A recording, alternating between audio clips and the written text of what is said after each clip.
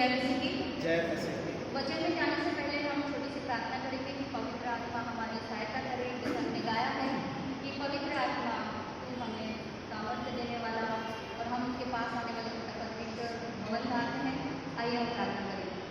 धन्यवाद देते पिता परमेश्वर, इस सुंदर से समय के लिए हमने दिया है। पिता परमेश्वर, पिता तेरा लाखों लाख शुक्रिया अदा करते हैं कि हमें समय देता है, मौका देता है कि हम अपने द्वारा लोगों के बीच में वचनों को मनन करने पाए। तो हमारी सहायता करने वाला, यहाँ पर उपस्थित रहने वाला, भवन को और यहाँ पर बैठे हुए हर एक जन को आशीष देने वाला पिता परमेश्वर है। पिता परमेश्वर, जब हम वचन को सुनते हैं और समझते हैं और मनन करते हैं तो उसमें हमें ग्रहण करने में और सब बातों में हमारी सहायता कर आपके प्यारे बेटे यीशु मसीह के नाम से मांगते हैं। अपने ग्रहण की प्रार्थना करते हैं। आमीन।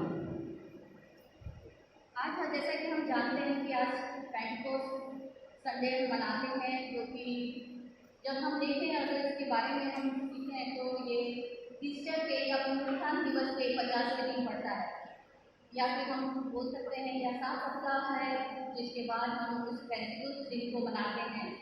और इसका महत्व हमारे जीवन में किस तरीके से होता है, क्या हम इसके मायने को समझते हैं, ये सब बातें आज हम सीखेंगे।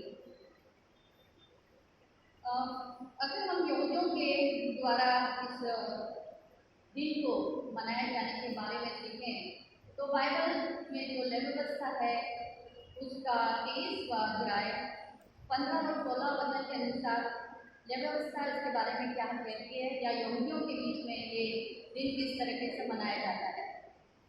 व्यवस्था 23, 15 और 16 वचन के बीच में से लिया गया है। लेविटिकस चैप्टर 23 वर्स 15 और 16। 7वें विश्राम दिन के दूसरे दिन तक 50 दिन गिनना और 50वें दिन यहोवा के लिए नया अन्नबलि चढ़ाना। और इसी तरीके से इजराइलियों के जो पुराने समय में इजरायली इस दिवस को किस तरह से मनाया करते थे। व्यवस्था विवरण 16 उसका पहला वचन। व्यवस्था विवरण 16 उसका पहला वचन में इस तरीके से लिखा है, आबीब के महीने को स्मरण करके अपने परमेश्वर यहोवा के लिए फसह का पर्व मनाना, क्योंकि आबीब महीने में तेरा परमेश्वर यहोवा रात को तुझे मिस्र से निकाल लाया है। जब परमेश्वर ने लोगों इजराइलियों को मिस्र की गुलामी से निकाल कर लाया था तो ये उस दिन को इजरायली लोगों को स्मरण करने के लिए ये वचन मैंने आपको सामने पढ़ा है। इसी तरीके से एक और वचन है निर्गमन 12 उसका 14 वचन। निर्गमन की पुस्तक 12वां अध्याय उसका 14 वचन। और वह दिन तुमको स्मरण दिलाने वाला ठहरेगा और तुम उसको यहोवा के लिए पर्व करके मनाना। वह दिन तुम्हारी पीढ़ियों में सदा की विधि जानकर पर्व मनाया जाए।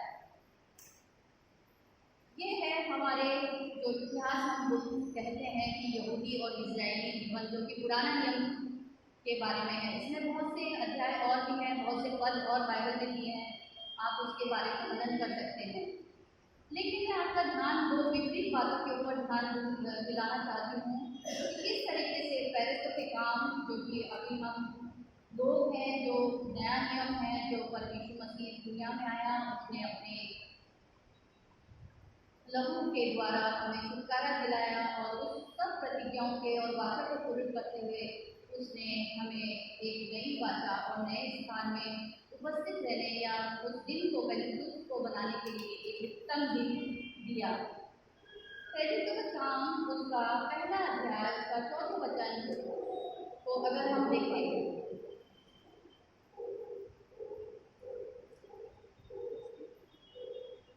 प्रेरित के काम पहला अध्याय 4वां वचन।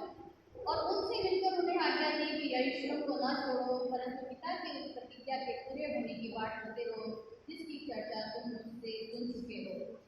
इसी तरीके से प्रेरित के काम 2:1 में हमने पढ़ा था कि जब पेंटिकोस्ट का दिन आया तो वे सब एक जगह इकट्ठे थे। अगर इसके विपरीत अगर हम देखें तो हम उत्पत्ति की पुस्तक में हम जाएं और देखें कि परमेश्वर ने उन्हें किस तरीके से फैलाया था और अब वो किस तरीके से उन्हें इकट्ठा करता है। उत्पत्ति की पुस्तक उसका 10वां अध्याय उसका 25वां वचन इस तरह से कहता है, नाम पहले और इस कारण रखा गया कि उसके दिनों में पृथ्वी बढ़ गई। और इसी तरीके से उत्पत्ति 11 उसका 9वां अध्याय इस तरह कहता है, इस कारण उस नगर का नाम बाबुल पड़ा, क्योंकि सारी पृथ्वी की भाषा में जो गड़बड़ी हुई तो यहोवा ने वहीं डाली, और वहीं से यहोवा ने मनुष्य को सारी पृथ्वी पर फैला दिया। ये दोनों भी विपरीत बातें हैं। एक जगह यहोवा परमेश्वर लोगों को सारी पृथ्वी पर फैला रहा है, और दूसरी जब हम नए नियम में देखते हैं तो वो प्रेरितों के काम 1 अध्याय 4 में कहता है कि तुम यरूशलेम को ना छोड़ो, परंतु पिता की उस प्रतिज्ञा की पूरी होने की बाट जोते रहो। ये बातें हमारे जीवन में बहुत ही मायने रखती है। जब पेंटेकोस्ट का दिन आया तो वो सब एक जगह इकट्ठे थे। हमें इकट्ठे होना नहीं छोड़ना है। जब हम परमेश्वर के भवन में आते हैं तो हमें ये बात याद रखनी है कि वो पेंटेकोस्ट का दिन था और वो सब एक जगह इकट्ठे थे। उसी तरह हमें भी इस जगह पर अपने भवन में हमेशा उपस्थित रहना है, क्योंकि अगर हम इस भवन में आते हैं तो हम आशीषों को पाते हैं। अगर हम आगे बढ़ें और देखें तो हम यशायाह जो यशायाह नबी था वो इस बारे में क्या कहता है। यशायाह की पुस्तक के 43वां अध्याय 18 और 19 वचन अगर हम देखें तो वहाँ पे हमें बहुत सी बातों को फिर से करने की आवश्यकता है। यशायाह 43 वर्स 18 एंड 19 ये बहुत ही स्ट्रॉन्ग और पावरफुल वचन है जिसको मैं बहुत ही पसंद करती हूँ।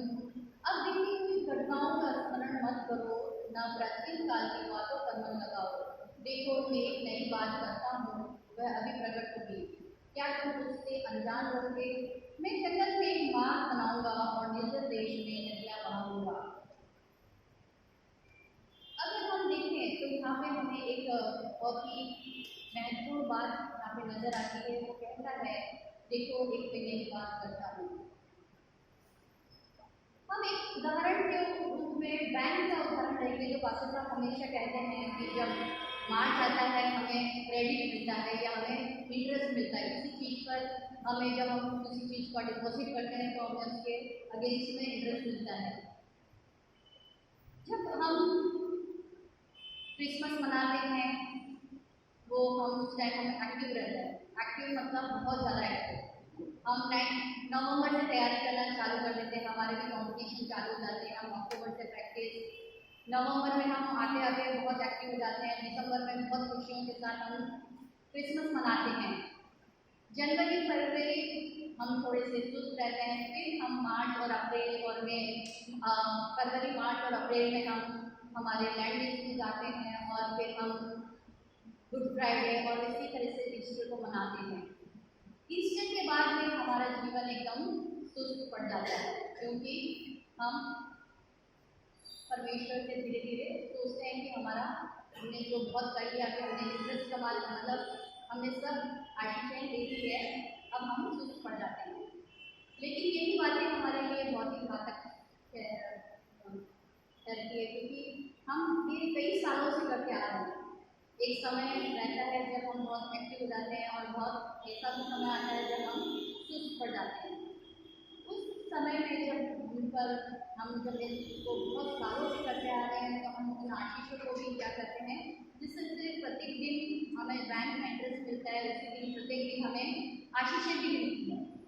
अगर हम उन आशीषों को कम करते जाएंगे तो क्या होगा, हमारे जब हम साल के अंत में हमको जो क्रेडिट मिलेगा या हमारा जो इंटरेस्ट मिलेगा वो क्या होगा, बहुत कम होगा। और इस तरीके से क्या होता है, शैतान हम पे कभी कभी परीक्षाएं डालता है और हम क्या होता है, हमारा मसीह परिवार बहुत सी बातों में तकलीफ उठाने लग जाता है। ये हमारे हम देखते हैं हमारे जीवन में, हमारा सांसारिक जीवन एक्टिव हो जाता है, हमारा आत्मिक जीवन सुस्त पड़ जाता है। और हमें बहुत परिवार ऐसे होते हैं कि कभी कभी हस्बैंड वाइफ फिर वो भी चीज़ बच्चे फॉलो करते हैं, और एक समय आता है कि हम परमेश्वर का भय और आशीष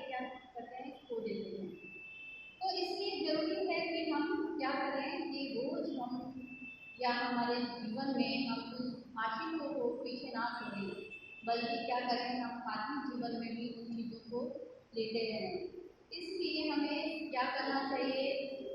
बहुत सी बातें हैं जो हम देख सकते हैं। यहाँ पे लिखा है कि आगे इस प्रकार लिखा है, यशायाह नबी एक ऐसा नबी है जो हिजकिय्याह के समय में हुआ था।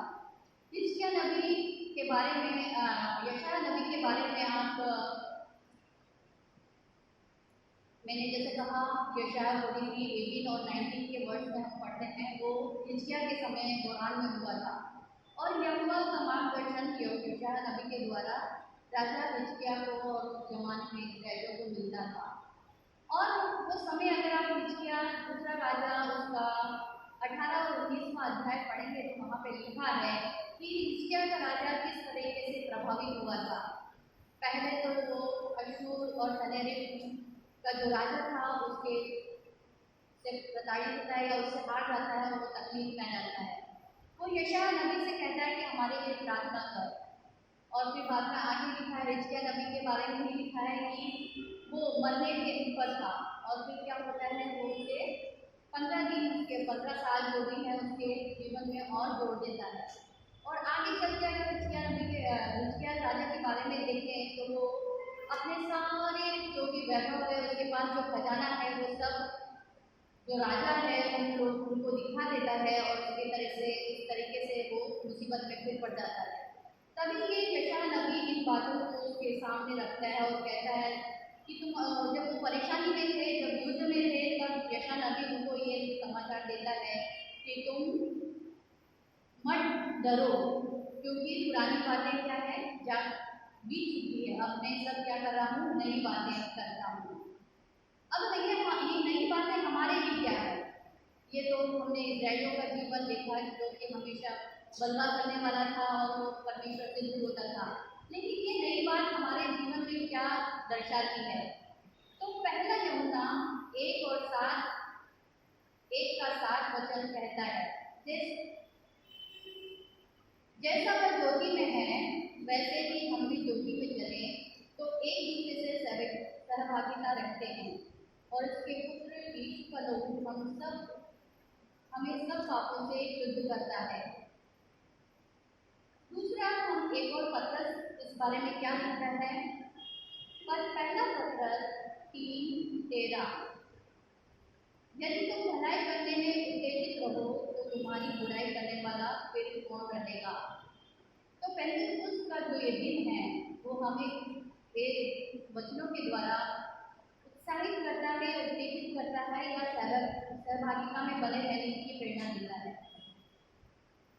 तीतुस उसका 2 अध्याय उसका 14 वचन कहता है, जिसने अपने आप को हमारे लिए दे दिया, हमें हर प्रकार के अधर्म से छुड़ा ले और शुद्ध करने के लिए अपने लिए एक ऐसी जाति बना ले जो भले कामों में सरगर्म हो। तो हमें इकट्ठा होना है, सहभागिता करना है और अच्छे भले कामों में सरगर्म होना है, तो कि हम क्या है, पेंटेकोस्त का जो दिन है उसको हम सही मायने में पूरा कर पाएंगे। पौलुस इसके इस बारे में क्या कहता है, 2 कुरिन्थियों 5:17, 2 कुरिन्थियों 5:17, तो यदि कोई मसीह में है तो वो नई सृष्टि है, पुरानी बातें गई, देखो मैं सब नई कर देता हूँ। तो हमें पुरानी बातों में नहीं जाना है कि इस्राएलियों ने क्या किया या यहूदियों ने क्या किया। हमें नया वचन जो पेंटेकोस्त का दिन था जब लोग इकट्ठा हुए थे, हमें भी इस भवन में जो कि आशीषों से भरपूर है, परमेश्वर का भवन है, यहाँ पे उपस्थित रहने की आवश्यकता है। क्योंकि पेंटेकोस्त का दिन उनके लिए तो बहुत ही आशीषमय था जब पवित्र आत्मा उनके ऊपर उतरा था। क्या हमारे लिए वो पेंटेकोस्त का दिन आज भी हम कह सकें कि हम सरगर्म हैं या सहभागी होते हैं या इकट्ठा होते हैं?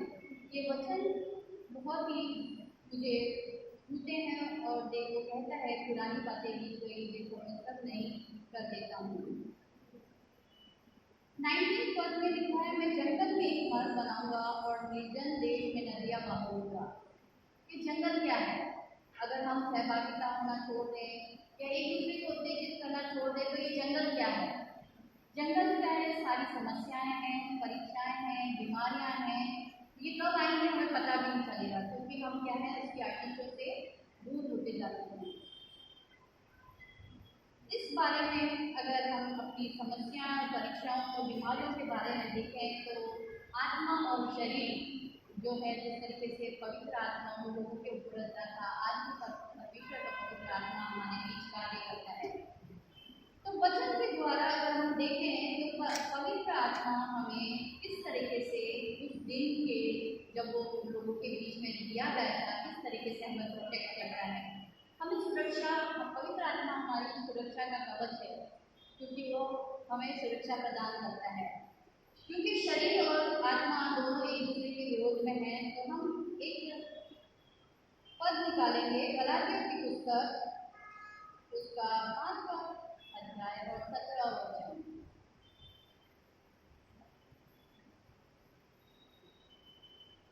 गलातियों की पुस्तक 5वां अध्याय और 17वां वचन।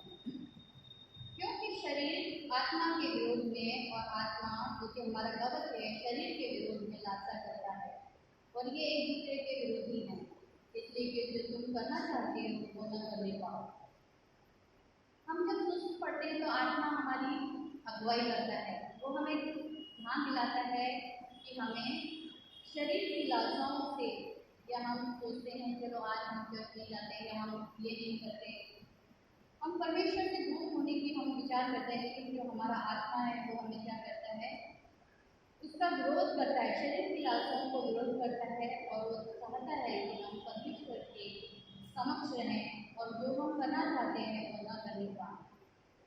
गलातियों की पुस्तक उसी तरीके से 16वां वचन कहता है, मैं कहता हूँ आत्मा के अनुसार चलो, तो तुम शरीर की लालसाओं को किसी रीति से पूरा न कर पाओगे।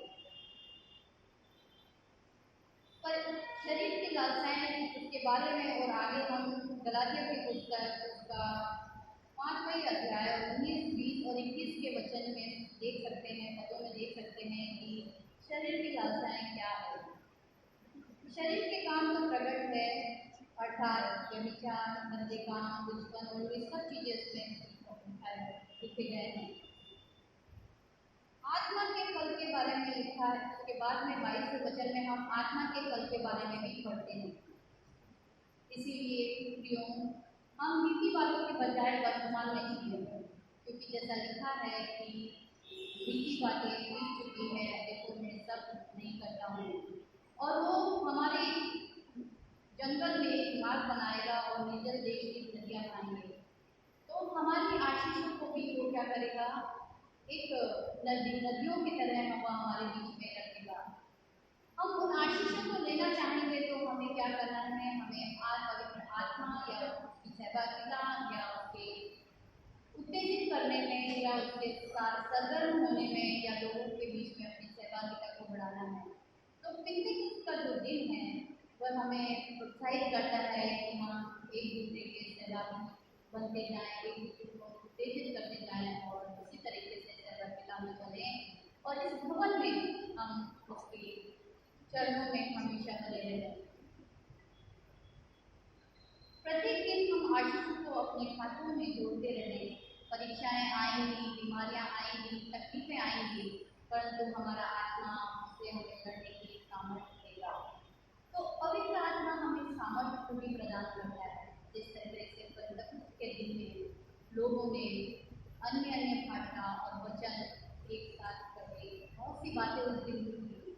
हम हर साल उन वचनों को सीखते हैं, उस पवित्र आत्मा के बारे में सीखते हैं, पढ़ते हैं, लेकिन उससे पहले हमारा कर्तव्य है कि हम सहभागी हों, क्योंकि यीशु ने जो आज्ञा दी थी कि तुम यरूशलेम को ना छोड़ो, तो आज हमें इस भवन को नहीं छोड़ना है, इस भवन में बने रहना है, ताकि हम उन आशीषों को पिंतेकुस्त के दिन को हर साल इसी सरगर्म होकर उत्तेजित होकर अपने विश्वासी भाइयों या बहनों के बीच में जीवन को जिए जो पिंतेकुस्त के दिन उन लोगों ने जिया था।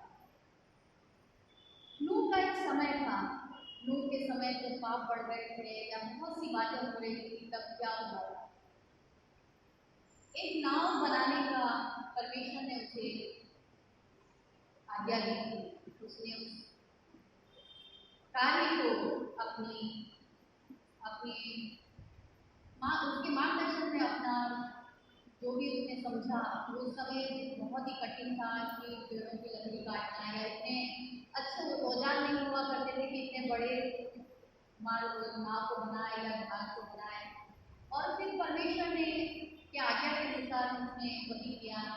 और इस तरीके से क्या था, वो द्वार जो उद्धार का मार्ग था, कितने लोग बने, बचे 8 लोग और वो पशु पक्षी, वो उनके लिए उद्धार का मार्ग था जो उन्होंने जब तक वो खुला था, जो लोग उसमें प्रवेश कर पाएंगे, तो उद्धार के मार्ग में वो प्रवेश कर पाए। लेकिन समय आया जब वो द्वार बंद किया गया। और इस तरीके से वो जो उद्धार का मार्ग है आज हमारे बीच में है। हम चाहते हैं कि हम उस मार्ग में प्रवेश करें, तो हमें एक दूसरे की सहभागिता करते हुए पवित्र आत्मा की खोज करते हुए भवन में आशीषों को ग्रहण करने के लिए दिन ब दिन जिस तरीके से बैंक एक प्रतिदिन का एक इंटरेस्ट प्रदान करता है, उसी तरह से हमारे जीवनों में भी वो आशीषें प्राप्त करते रहना चाहिए।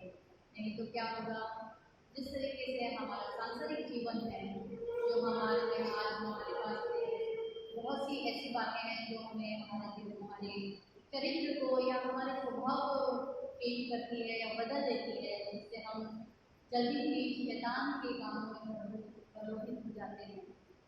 इसलिए आइए हम एक दूसरे के साथ इकट्ठा होना ना छोड़ें।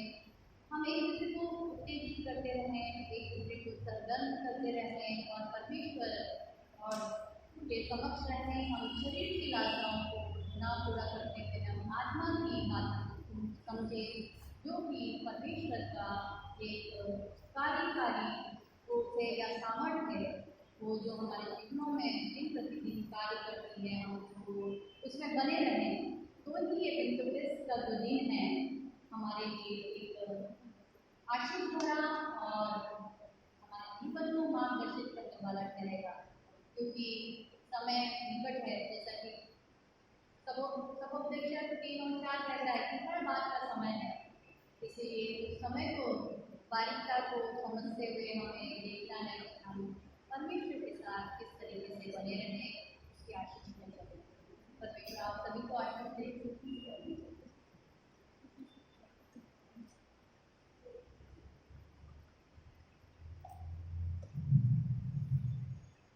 परमेश्वर का वचन इस प्रकार से सिस्टर ने हमारे मध्य में रखा हुआ है। पवित्र आत्मा के द्वारा एक साथ इकट्ठे होना, मसीह कलीसिया के साथ में अपने जीवन को बनाए रखना, उसकी ज्योति में चलना और हम सब उसकी भलाई के तहत अपने जीवन पर रखने पाए।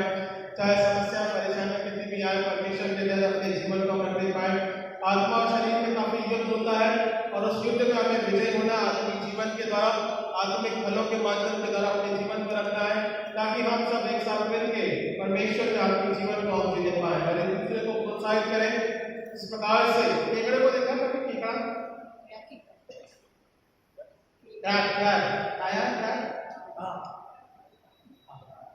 मस्त लगता है, इधर भी केकड़े के समान नहीं बना, एक दूसरे की टांग को खींचते ऐसा नहीं, है ना। आत्मा में एक दूसरे को उठाते जाओ, बढ़ाते जाओ, एक साथ संगति करते जाओ और परमेश्वर की दया इस प्रकार से हमारे रात के जीवन में अन्य के द्वारा संगति से ताकत में बढ़ती जाए। सब धन्यवाद देते हैं समय के लिए, पवित्र आत्मा के द्वारा परमेश्वर की अगुवाई और प्रभु यीशु मसीह के स्वर्गीय आरोहण के तहत पवित्र आत्मा की अगुवाई के तहत परमेश्वर का अनुग्रह कलीसिया के साथ संपूर्ण कलीसिया और विश्वासों के मध्य में बना रहने पाए। हमारी कलीसिया सूचना इस प्रकार से है। संडे सुबह जो आराधना का समय है हमारा 8:30 बजे का रहेगा, हम इसी प्रकार से जुड़ेंगे और शाम की आराधना 7 से 8 बजे के बीच में रहेगी, तो हम इसी प्रकार से बने रहेंगे और आने वाले संडे को दोनों ही आराधना थोड़ा जल्दी चलाएंगे, ठीक है। तो आपके अनुसार समय इस प्रकार से रहेगा, तो आप उसे देखिएगा।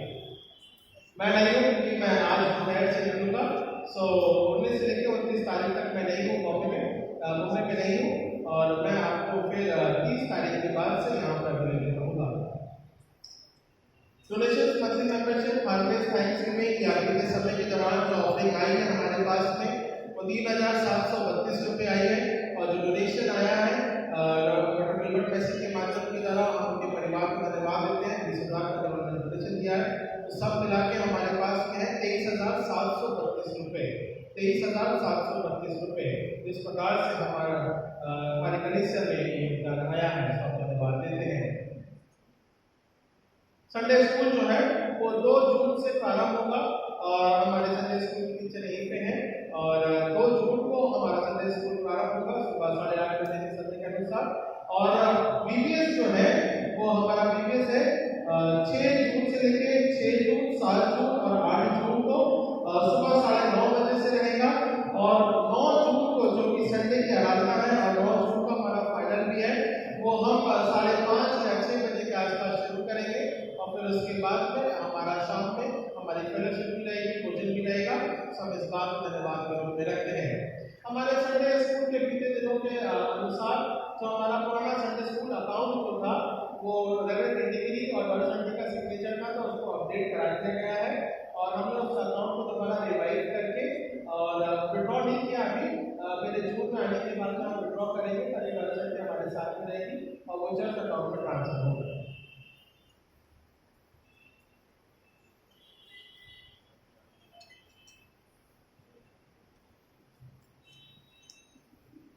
यदि कुछ और सूचना होगी मैं आप तक पहुंचाने की पूरी कोशिश करूंगा व्हाट्सएप के माध्यम के द्वारा।